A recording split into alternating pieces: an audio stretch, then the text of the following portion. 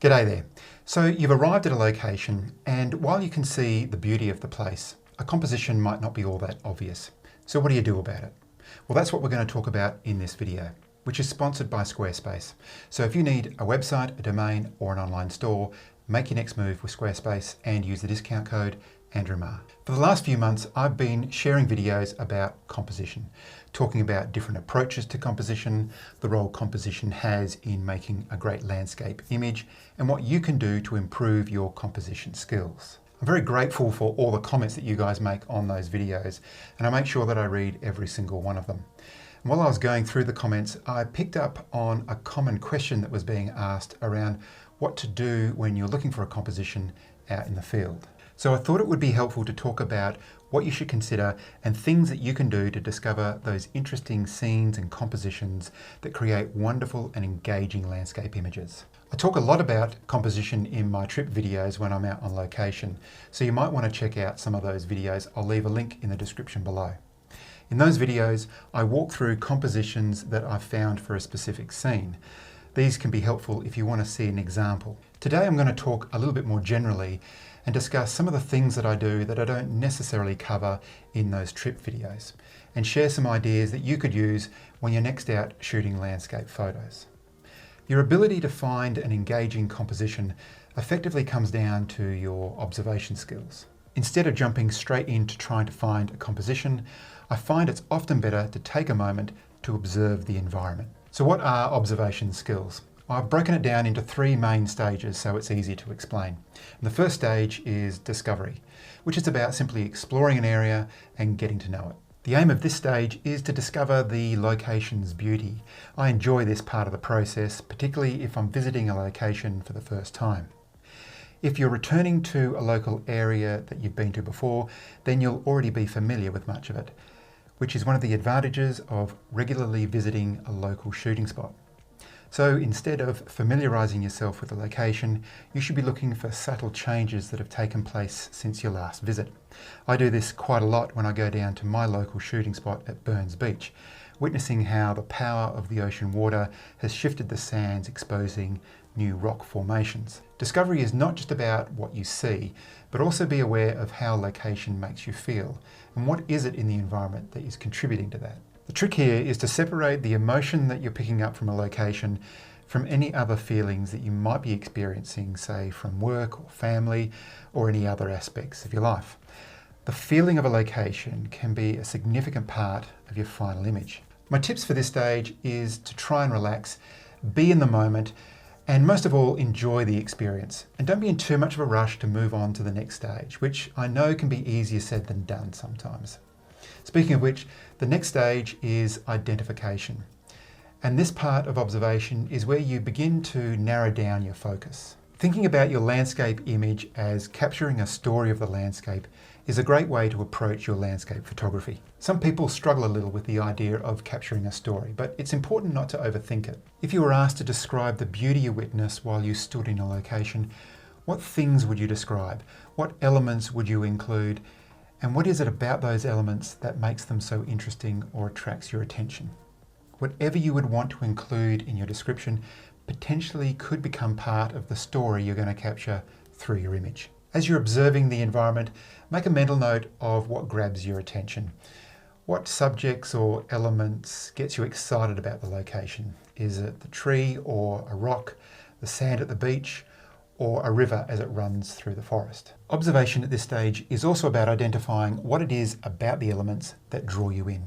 It could be the shape of the tree, or the colour of the rocks, or the texture of the sand, or patterns created by the water as it runs down the river. This is where the process of capturing footage for YouTube videos actually often helps me, as I spend time looking for elements that catch my eye and film them to help me to convey to you what a location that I'm visiting looks like. These elements tell the story of the landscape and will sometimes feature in the final image that I capture. Before I talk about the last stage of observation, I want to thank Squarespace for sponsoring this video. As you develop your landscape photography, I think it can be really helpful to have your own website to share with the world the images you capture. For my website, I chose Squarespace. I love the templates they provide. They're beautifully designed, and some templates have been created with just photographers in mind. They have a simple, elegant feel that ensures that my landscape images stand out. Plus the templates automatically adjust so my images look great on mobile, desktop and tablet. You start by selecting a template, creating a page, choosing a layout, and then just add content. It's that simple. Pages can be customized, no need for any coding. You can have a website with a gallery of your images set up in just an hour or two. As your photography grows, your Squarespace website can grow with you.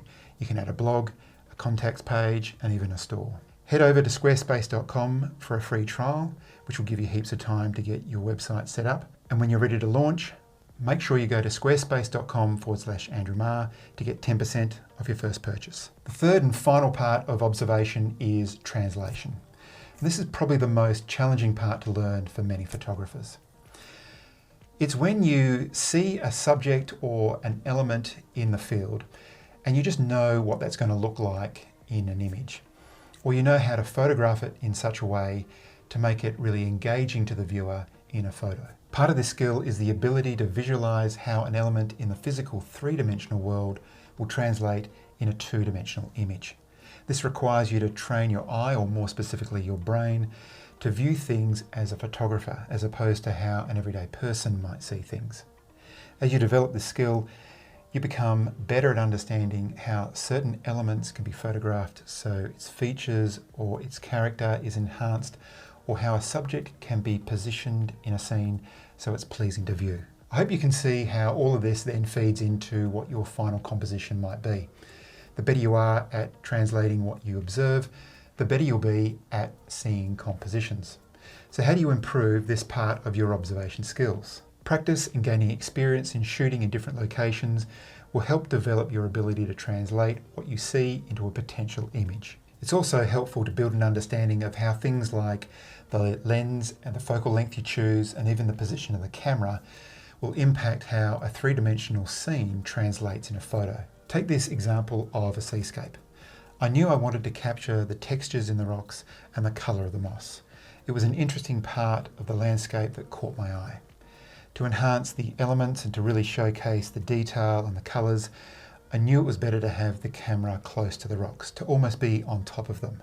That helps me decide where I need to have the camera.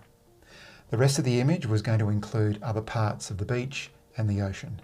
So to capture all of that, along with the rocks as well, I knew I needed to have a wide-angle lens at least 20mm or wider on the full-frame camera that I was using. These are decisions I make before I work out my final composition. What I'm observing in the field and how I translate that in an image determines how I'm going to eventually compose the scene. Knowing effective ways to photograph different elements to create impact in an image is going to be a big advantage when you observe these elements out in the field. In addition to practicing that I mentioned before, there's nothing wrong with learning from how other photographers capture certain subjects. I posted a video a few weeks ago sharing a few tips on how to analyse images from other photographers and the benefits that that can have on improving your composition skills. I'll put a link to that video in the description below.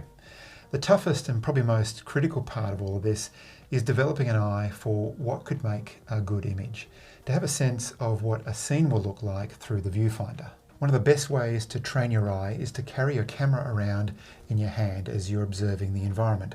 When you see an element or a scene, hold the camera up to your eye and see how the subjects in the scene will translate in an image. I don't suggest you use your mobile phone for this, because what you want to do is train your eye to see things as the camera would with the lens and the focal length that you're going to use. And that's going to be different to the camera on your mobile phone. This technique will not only help you develop your ability to translate what you can see into a potential image, but it'll also give you an idea of your framing, the depth that you can achieve within the image, how the elements will work together, and the relationship between the elements in an image as you work closer to determining your composition. With a little practice, you'll start to pick up what scenes will look like as a photo and what you can do to improve the composition and the final image. Observation in landscape photography is a combination of what elements catch your eye, what it is about those elements, and how they're going to work together in an image. Then you can work out your composition. While there's an obvious sequence to these stages, don't feel as if you've got to dedicate a specific amount of time to each stage. They naturally merge into one another and become a process of observation. Photographers that have had plenty of practice go through these stages seamlessly without even realizing it. But hopefully by breaking it down like this, it's easier for you to understand, and perhaps it's easier for you to identify a part of observation that you want to work on. As with any skill, the more you practice, the better you'll get at it. If you work on your observation skills, before long, you'll be finding compelling compositions and taking better landscape photos as a result. I hope you found this useful and I gave enough detail and practical ideas that you can use to improve this aspect of your photography. If you did find it helpful, please help the channel out by hitting the like button and sharing the video. And I hope you have the opportunity soon to get out and put some of these ideas into practice. Thanks very much for watching, and I'll see you in the next one.